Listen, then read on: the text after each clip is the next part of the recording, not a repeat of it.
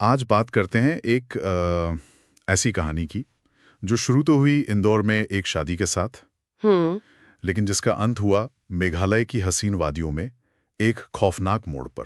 हाँ, राजा रघुवंशी और सोनम यादव की कहानी। मतलब शादी, हनीमून और फिर मौत।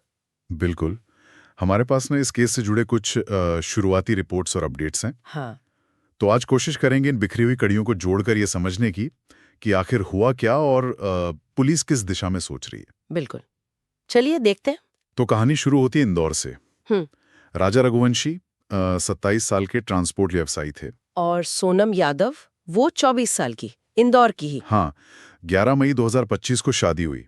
मतलब सब कुछ ठीक लग रहा था शुरू में। हाँ, बिल्कुल नॉर्मल। फिर 20 मई को ये जोड़ा हनीमून के लिए निकला, मेघालय। मेघालय, हाँ, खूबसूरत जगह। बहुत। 22 मई को उन्हें सोहरा में देखा भी गया, जिसे चिरापुंजी भी कहते हैं। हाँ, वो double decker living root bridge पे। हाँ, वही मशहूर ब्रिज। लेकिन फिर 23 मई से मतलब एकदम से गायब हो गए दोनों। कोई कांटेक्ट नहीं, कुछ नहीं। कुछ नहीं, कोई खबर नहीं। फिर कई दिनों बाद 2 जून को वीसा वर्डोंग फॉल्स के पास हाँ। एक गहरी खाई में राजा की लाश मिली। ओ। और हालत बहुत खराब थी, मतलब बॉडी काफी डिकम्पोज हो चुकी थी और सिर पर 2 गहरे जख्म थे। 2 जख्म? तो ये कोई एक्सीडेंट तो नहीं लग रहा? नहीं, बिल्कुल नहीं, ये हादसा नहीं लग रहा था। और फिर कहानी में एक और मोड़ आता है। क्या? 7 जून को सोनम, वो उत्तर प्रदेश के गाजीपुर में एक ढाबे पर मिलती है, बेहोशी की हालत में। गाजीपुर में? मेघालय से गाजीपुर, ये कैसे? यही तो सवाल है, वहां कैसे पहुंची?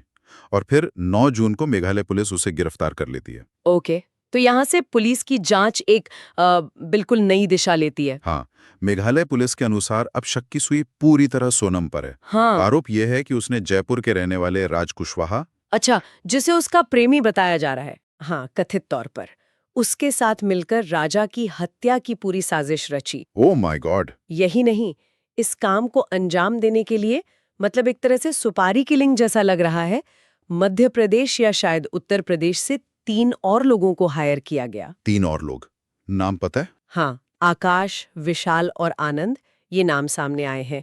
और फिलहाल 21 जून को सोनम और राज दोनों को 13 दिन की जुडिशियल कस्टडी में भेजा गया है। मतलब जांच के दौरान हिरासत में रहेंगे। बिल्कुल। पैसे की भी बात सामने आई है, मैंने सुना कुछ रकम एडवांस में दी गई थी। हाँ, ऐसा सुनने में आया है।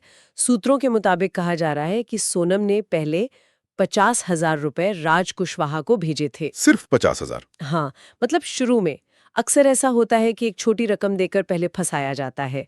बाद में आरोप है कि 4 से 20 लाख रुपए और देने का वादा था। बाप रे। और ये भी सुनने में आया कि हत्या की कई कोशिशें हुई, एक बार में नहीं हुआ। जी, ये बात वाकई चौंकाने वाली है। रिपोर्ट्स के अनुसार राजा की जान लेने के कुल 5 प्रयास हुए। 5? हाँ, जिनमें से चौथा प्रयास सफल रहा। अगर ये सच है, तो ये किसी अचानक गुस्से या झगड़े में हुई घटना नहीं लगती। ये बहुत सोची समझी प्लानिंग की तरफ इशारा करता है। बिल्कुल। एक और बहुत हैरान करने वाली चीज सामने आई है, सबूत मिटाने की कोशिश। अच्छा, क्या? सोनम पर आरोप है कि उसने घटनास्थल से खून लगे जेवर, लैपटॉप और मोबाइल फोन लेकर इंदौर में एक नाले में फेंकवा दिए थे। ओह, और वो मिले? हाँ, पुलिस ने बाद में उन्हें बरामद भी कर लिया। ये तो मतलब सीधे सीधे शक को और पुख्ता करता है। सही कहा। और अगर हम इसे पूरी सूरत में देखें, तो कॉल रिकॉर्ड्स और लाइव लोकेशन डेटा भी कथित तौर पर यही दिखाते हैं कि सोनम और राज लगातार टच में थे। खासकर घटना के आसपास। हाँ, बिल्कुल, घटना के आसपास के दिनों में। इसे महज इत्तेफाक मानना बहुत मुश्किल है। इसके साथ ही एक स्थानीय गाइड है, एल्बर्ट पीडी। उसका बयान भी काफी अहम है। उसने क्या कहा? उसने बताया कि उसने घटना से एक दिन पहले सोनम को 3 अजनबियों के साथ ट्रैक पर देखा था। शायद वही 3 लोग। हो सकता है वही आकाश, विशाल और आनंद। बिल्कुल। और एक और बात, सोनम ने अपना मंगलसूत्र और अंगूठी होमस्टे पर ही छोड़ दिए थे। पुलिस इसे भी महज भूल नहीं मान रही। उसे साजिश का हिस्सा मान रहे हैं। हाँ, इसे भी साजिश का हिस्सा मान रही है पुलिस, शायद पहचान छुपाने या कोई कहानी गढ़ने की कोशिश। लेकिन सोनम का भी तो अपना पक्ष है। वो क्या कह रही है इस सब पर? हाँ हाँ, बिल्कुल। सोनम का दावा एकदम अलग है। उसका कहना है कि उन पर हमला हुआ था। हमला? हम्म, किसने किया? ये साफ नहीं है उसकी कहानी में। वो कह रही है कि राजा उसे बचाने की कोशिश में घायल हो गया और शायद फिर खाई में गिर गया। वो खुद को विक्टिम बता रही है। तो एक तरफ पुलिस की पूरी थ्योरी है, सबूत हैं, कॉल रिकॉर्ड्स, गाइड का बयान, और दूसरी तरफ सोनम का यह बयान। हाँ, सच क्या है ये पता लगाना ही अब सबसे बड़ी चुनौती है। पुलिस सोनम के दावे पर बिल्कुल यकीन नहीं कर रही। उन्हें लगता है ये भी कहानी का ही एक हिस्सा है, बचने की कोशिश। यही इस केस को इतना पेचीदा बनाता है। फिलहाल जांच कौन कर रहा है? क्योंकि मामला तो इंदौर, मेघालय, जयपुर, यूपी कई राज्यों से जुड़ गया है। हाँ, ये एक मल्टी स्टेट जांच बन गई है।